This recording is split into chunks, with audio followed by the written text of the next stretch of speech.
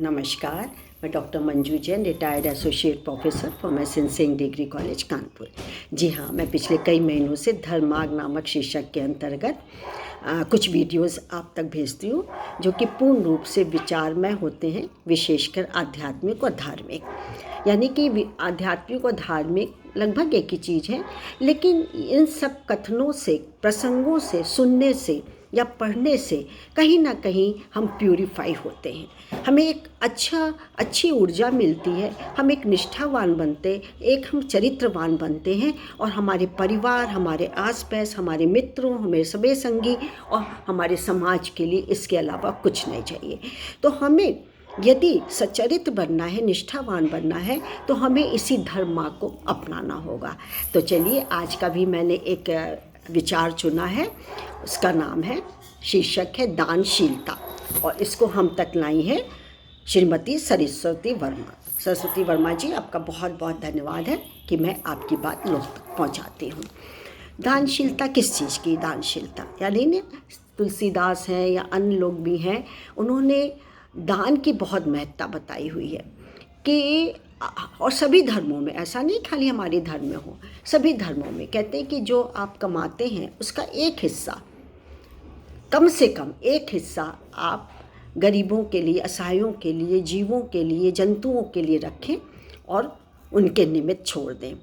तो अब ये कैसे संभव है? जब हम धर्म मार्ग को अपनाएं, जब हमारे में दया, उदारता होगी, तभी हमारे में दान की भी प्रवृत्ति होगी। तो इसी संदर्भ में इसमें सरस्वती जी ने क्या विचार लिखे हैं, ये मैं आप तक प्रेषित करती हूँ। ओम शतहस्त समाहार सहस्त्रहस्त संकिरः कृतस्य कार्यस्य च स्वान्ति समावह। अर्थात सैकड़ों हाथों से कमाकर तथा हजारों हाथों वाला होकर समदृष्टि से दान दे। किए हुए कर्म का और आगे किए हुए जाने वाले कर्म का विस्तार इसी संसार में, इसी जन्म में ही हो जाता है, इसी जन्म में ही करना चाहिए। अथर्ववेद का यह कथन दान की महत्ता स्पष्ट करता है। हमें इसी संसार और इसी जन्म में जितना संभव हो सके दान करना चाहिए। दानशील मनुष्य वही हो सकता है जो करुणावान हो, जो त्यागी हो, जो सत्कर्मी हो। एक मानव में ये ईश्वरीय गुण होता है कि वह दानशील हो। जिसके हृदय में दया नहीं, वह दानी कभी नहीं हो सकता, जिसकी चर्चा हम लोग अभी कर रहे थे। सद्गुणी आत्मा से दया का प्रादुर्भाव होता है, और यह दान ऐसा हो जिसमें प्रत्युपकार की कोई भावना ना हो कि बदले में हमें ये मिल जाए, वो मिल जाए, ये हो जाए, ऐसी भावना ना हो। दधीची का दान हड्डियों का किया था, कर्ण का दान, राजा हरिश्चंद्र का दान ऐसे ही दान की श्रेणी में आते हैं। यदि हम ईश्वर प्राप्ति के अभिलाषी हैं तो हमें उसके संतान की सहायता करनी चाहिए। ईश्वर हर मानव में मौजूद है, अतः हमारा कर्तव्य है कि हम उसके बनाए जीव की यथासंभव सहायता करें। यदि हम प्रकृति से कुछ सीख लें तो परोपकाराय फलन्ति वृक्षाः परोपकाराय वहन्ति नद्यः, इससे निस्वार्था का पाठ भी सीख सकते हैं और दान का भी पाठ सीख सकते हैं। शास्त्रों में परोपकार का फल अंतःकरण की शुद्धि के रूप में लिखा है। बहुत सही, यह सच ही है, क्योंकि परोपकार और दान हम तभी कर सकते हैं जब हम सब प्राणियों के प्रति आत्मवत हों।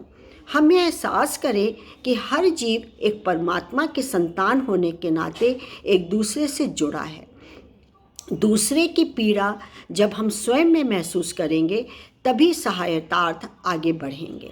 दूसरों की वेदना से व्यथित सहृदय भी हो सकता है जो व्यक्ति कोमल भावनाएं अपने अंदर रखता है।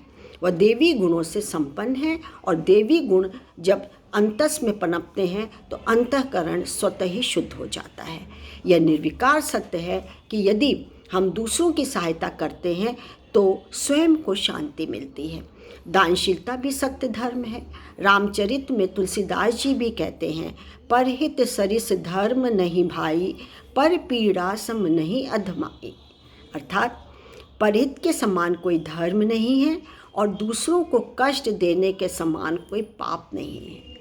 कहते हैं कि विद्यादान महादान, यानी विद्या का दान तो है ही महादान, लेकिन अपनी कमाई में से एक अंश यदि हम जीवों पे दया करके उनके लिए निमित्त रखें, उनकी सेवा में, शुश्रूषा में, दवाई में, औषधि में या वस्त्र में या किसी में भी हम दे दें, तो इससे बड़ा दान कोई नहीं है।